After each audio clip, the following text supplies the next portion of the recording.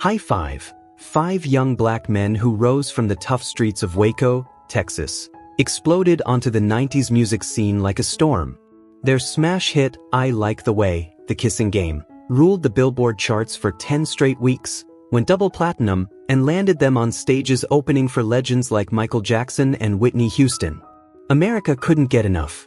Fans screamed, girls fainted over Tony Thompson's angel-smooth vocals, Russell Neal's razor-sharp rap flow, and Poogie Bear's rich, soulful bass. Fame brought flashing lights, luxury cars, and bedrooms covered wall-to-wall with fan posters. But behind the spotlight, a darker story was unfolding. By 1995, the group had split, and tragedy began to follow them one by one. One life ended alone behind a dumpster after a devastating addiction. Another spent nearly 3 decades on a ventilator before quietly slipping away. Another fell into a violent spiral that left him confined to a psychiatric ward, cut off from the world he once ruled. 3 out of 5 faced heartbreaking endings that no one could have predicted during their rise to fame. How did a group so full of talent and promise fall into such painful darkness? Let's step back into their journey and uncover the truth behind the rise, the fall, and the haunting questions left behind.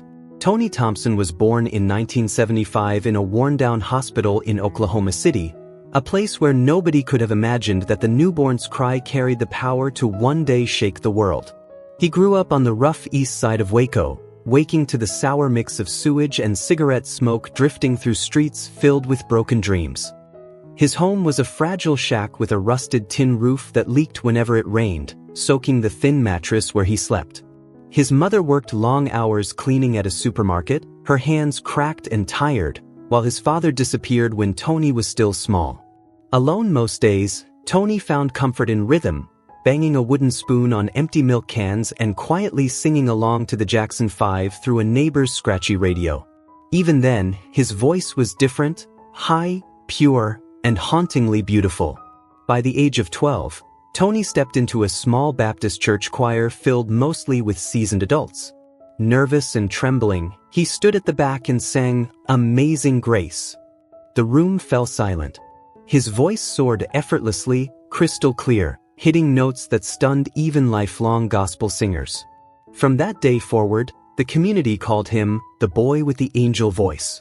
Crowds began to gather every Sunday, drawn by something magical they couldn't quite explain. Tony never thought of himself as special. He simply sang to make his mother smile and to quiet the hunger gnawing inside him. Deep down, he dreamed that voice might one day carry him far away from the streets filled with violence and despair. At 13, he started performing at neighborhood parties, standing on old wooden crates while kids clapped wildly and adults dropped coins into his pocket. For the first time, he earned enough to buy sneakers and leave barefoot childhood behind. His voice matured quickly, deeper and stronger yet still fragile enough to send chills through listeners.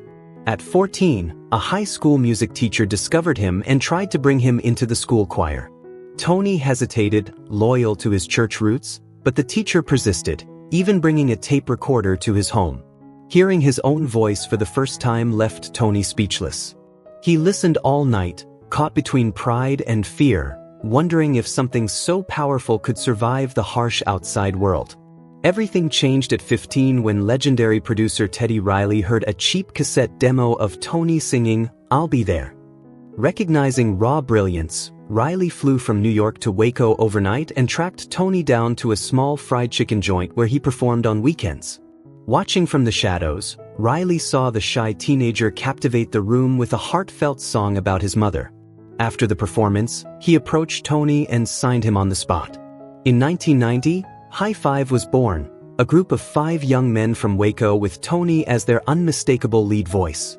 Recording nonstop in New York, they released hits like I Like the Way, The Kissing Game, which soared to the top of the Billboard charts and sold millions. Suddenly, Tony found himself opening for Michael Jackson at just 16, performing for massive stadium crowds and earning praise from legends like Whitney Houston. Fame came fast, new houses for his mother, flashy cars, and designer clothes, but loneliness followed closely behind. Long nights in cold hotel rooms left him calling home for comfort, only to hear reminders to keep faith while feeling increasingly alone. High Five's second album in 1992 brought more success, awards, and television appearances, but beneath the spotlight, Tony quietly struggled with pressure and isolation. When the group split in 1995 amid internal conflicts and industry changes, Tony, only 20 years old, suddenly felt lost in a city that once adored him. Attempts at a solo career faltered as musical trends shifted, and he eventually returned to Waco, unsure how to live a normal life after such immense fame. Alcohol became an escape from growing emptiness, and by 1996 a drunk driving crash marked the first public fall from grace. Legal troubles mounted, fans drifted away, and loneliness deepened. By 1998, another arrest involving an unlicensed gun led to jail time and further damaged his career. Though he briefly found hope in fatherhood in 2000, injuries and prescription painkillers pulled him deeper into addiction, and a painful custody battle left him heartbroken and disconnected from his child. A final attempt at a comeback album in 2001 failed commercially, leaving Tony financially and emotionally devastated. Over the next several years, addiction consumed nearly everything: awards, possessions, friendships, and eventually his health. He drifted through abandoned studios and cheap apartments, haunted by memories of stages once filled with screaming fans. By 2007, he was living in isolation in a rundown East Waco apartment, battling substance abuse and severe loneliness. On June 1st of that year, at just 31 years old, Tony Thompson died from acute freon poisoning after years of struggle. His passing shocked those who still remembered the boy whose voice once filled arenas with hope. His funeral was quiet, a small gathering of neighbors and loyal fans under gray skies, far from the bright lights that once followed him. He was buried with only a simple stone marking his name and dates, no mention of the angelic voice that had once touched millions. His mother, heartbroken, lived a few more years before passing away in 2012, still carrying the weight of a son the world had both celebrated and forgotten. Tony's story remains a haunting reminder of brilliance, vulnerability, and the fragile line between stardom and solitude. A voice that once soared above everything, now echoing only in memory. Roderick "Pooh" Clark, the tragedy of Tony's childhood best friend, hit like a punch you never see coming. Born in 1973, 2 years older than Tony, Pooh grew up in a rough corner where gunshots cracked through the night like fireworks nobody wanted to watch. Home was even darker: an alcoholic father who hurt his mother, and a mom who scrubbed floors for wealthy families, coming home with swollen feet and quiet exhaustion. From the beginning, Pooh stood out, big presence, deep bass voice rolling like thunder. He was always beside Tony at neighborhood street sings, anchoring every harmony with power and soul. They first met on a kindergarten playground in 1978 when Pooh shoved Tony out of the way of a bully's punch. Minutes later, they were sitting together, singing Jackson 5's ABC.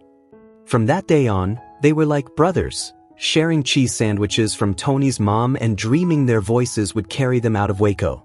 By 10, Pooh towered over his classmates, strong build, but a voice soft enough to melt hearts. Neighborhood girls giggled whenever he sang, "Ooh Baby." He joined the church choir with Tony, laying down the bass while Tony soared through the highs. At 12, Pooh wrote their first lyrics, a clumsy poem dedicated to his mother, and Tony turned it into a melody. They performed at block parties, collecting coins and clinging to big dreams. Pooh covered his damp bedroom walls with sketches of imaginary posters, 5 young men in shiny suits performing at Madison Square Garden. When Teddy Riley arrived in 1990, Pooh signed first, no hesitation. His deep bass was perfect for the new jack swing sound, blending smooth soul with powerhouse hooks. On their debut album, his whispered part in She's Playing Hard to Get felt like it was spoken directly into your ear and helped push the song up the charts. During the 1991 tour, Pooh led choreography with surprising agility, guiding the group through sharp, synchronized moves. After one show, he bought his father an old truck, hoping it would inspire him to change, but his father sold it for alcohol and died from liver failure in 1992. Still, Pooh kept rising. His booming performance on the Arsenio Hall show had the crowd on their feet. He wrote heartfelt ballads with Tony, their voices blending into emotional anthems that left fans in tears. He bought his mom a house on the outskirts of town and sent her money every month. He even started dating a teacher and dreamed of building a peaceful family life. For a moment, everything felt like a miracle. Then came April 26, 1993.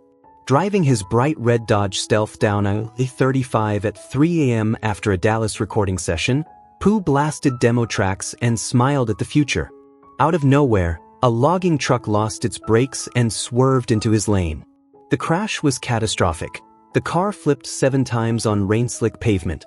Glass shattered, metal screamed, and when Pooh woke up in the wreckage, his body was numb. Doctors at Dallas Methodist Hospital delivered devastating news. His C4-C5 vertebrae were shattered, spinal cord completely severed. Survival chances were under 5%, and if he lived, he would never move again. He survived an 8-hour surgery. But from the neck down, his body was silent. Machines breathed for him, fed him, cleaned him. Bed sores, infections, and endless hospital stays became his new reality. His absence contributed to Hi-Five's decline, and after the group split, insurance vanished and debt piled up. His mother sold their home and devoted herself entirely to caring for him. Through it all, Pooh refused to surrender his spirit. Friends visited, pushing his wheelchair through hospital parks while laughing about old tours. In 1998, he made a surprise appearance at a Dallas reunion show, frail, reduced from 176 pounds to 121, yet still carrying that warm bass voice. As he sang a few lines of "She's Playing Hard to Get," fans wept and applauded endlessly. For the first time since the crash, Pooh felt alive again. He later started a YouTube channel using a mouth-controlled camera, sharing stories, encouragement, and tips for living with disability. Thousands subscribed, touched by his honesty and humor. In 2018, he self-published a book about his journey, not a bestseller, but enough to remind him that his voice still mattered. Even as infections attacked his lungs and heart and surgeries carved scars across his body, he continued to inspire people with every breath. After nearly 3 decades of relentless struggle, his body finally gave out. On April 12, 2022, he was rushed to the hospital with double pneumonia. 5 days later, after 28 years, 11 months, and 21 days living with total paralysis, Roderick "Pooh" Clark took his final breath at age 49. His funeral was simple: a few devoted fans, old friends, and the family who never left his side. The bass voice that once melted millions fell silent, but his legacy lives on in the videos, the music, and the stories he left behind. Proof that even in unimaginable darkness, resilience can still shine like light. And after Pooh's passing, a deeper shadow settled over the remaining lives of Hi-Five, a reminder of how fragile every dream can be. Russell Neal. Russell Neal. If you want to understand how bright dreams can turn into dark endings, his story says it all. Russell was born the same year as Tony, growing up in a rough neighborhood not far from Pooh's. Police sirens were the soundtrack of their nights. Though technically distant cousins, Russell and Pooh were raised like brothers, bonded by struggle, loyalty, and a shared hunger to escape the streets. Skinny but lightning quick, Russell showed natural talent early. By 5, he was dancing on cracked sidewalks, rapping along to radio beats, moonwalking across dusty pavement while friends clapped and cheered. His flow was sharp, fast, almost machine gun precise. In 1985, at just 10 years old, his family temporarily moved to Houston for work. But life fell apart. His father lost his job, his mother became addicted to crack, and Russell drifted into street life. By 1987, he was back in Waco, reconnecting with Tony and Pooh at a neighborhood basketball court. He joined their street performances, rapping intros for Tony's songs. When Teddy arrived in 1990, Russell became the group's lead dancer, sharp moves, magnetic presence, and undeniable charisma that helped build Hi-Five's rising fame. Handsome and confident, he was always front and center on posters. Their debut album exploded. Russell's rap in "She's Playing Hard to Get" made him a fan favorite. Crowds chanted his name at concerts. Between 1991 and 1992, he became the face of Hi-Five dolls, toys that sold nationwide, kids repeating his lyrics on playgrounds everywhere. During Whitney Houston's 1992 tour, Russell danced flawlessly beside the superstar. She even called him Little Michael. After one show, he bought his mother a sports car and helped her enter rehab, hoping their lives would change, but tragedy struck when she relapsed and died from an overdose in 1993, only weeks after Pooh's devastating crash. The group released their second album, and Russell's rap in Unconditional Love touched hearts again. For a moment, he felt unstoppable, even as the world around him began to crumble. By 1995, High Five officially split. Russell was only 20, back in Waco, chasing a solo career with no label support. He fell into bad crowds. In 1996, he was arrested for car theft, for thrills, and spent 6 months in juvenile detention. When he came out, his music turned darker, angry, raw, restless. In 1997, he had a son with a waitress, but jealousy and violence took over. He assaulted her in front of their child and was arrested again.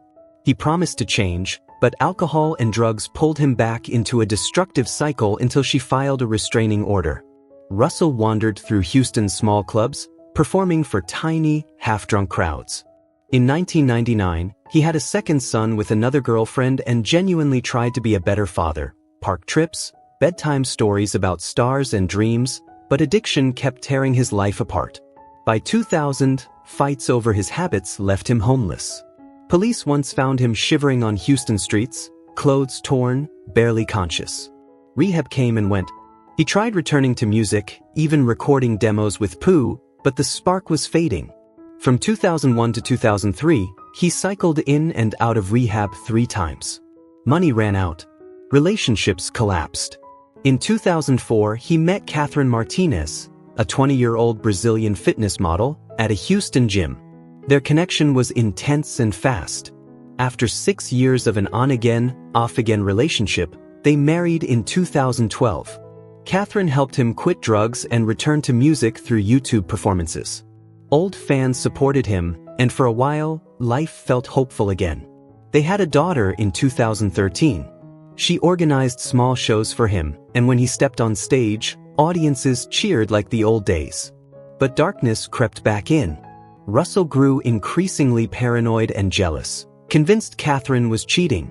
He installed hidden cameras throughout their home, checked her phone constantly, and started weekly fights over minor things. He forbade her from going out alone, believing every man wanted her. Then came July 2, 2014, a day that would forever define his name. At 3 p.m. in their Houston apartment, neighbors heard terrifying screams and called 911. By the time police arrived, it was too late. In a jealous rage, Russell had stabbed Catherine more than 20 times. Their young children, just 4 and 2, were locked in another room, screaming in fear.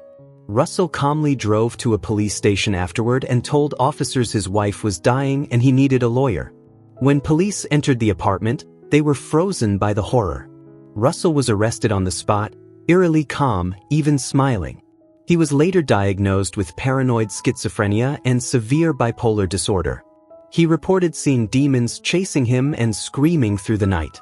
Instead of a trial, he was committed to Rusk State Hospital, a high-security psychiatric facility in Texas. There, he spent most days strapped to a bed, heavily medicated. He attacked nurses, refused medication, and injured himself repeatedly.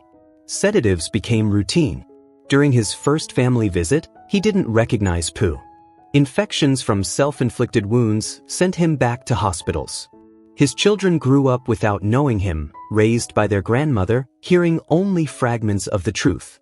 He attempted suicide by swallowing a plastic spoon but survived. His eyes became permanently vacant, the life inside him fading. When a nurse told him Pooh had passed away years later, Russell reportedly laughed, muttered something about brotherhood, then fell silent for days. He has not smiled since. Today, at 50 years old, he looks closer to 70, white hair, trembling hands, drooling uncontrollably. He rocks back and forth in his room as if dancing to music only he can hear, staring at empty walls where he believes demons move with him. In many ways, the man the world once knew died on July 2, 2014. 5 young stars from Waco became 2 survivors. 3 lives lost to tragedy in different ways. Their stories remind us that fame can be both a spotlight and a cage, a dream that sometimes turns into a trap. Can you imagine the pain and loss behind these stories? Drop your thoughts in the comments below.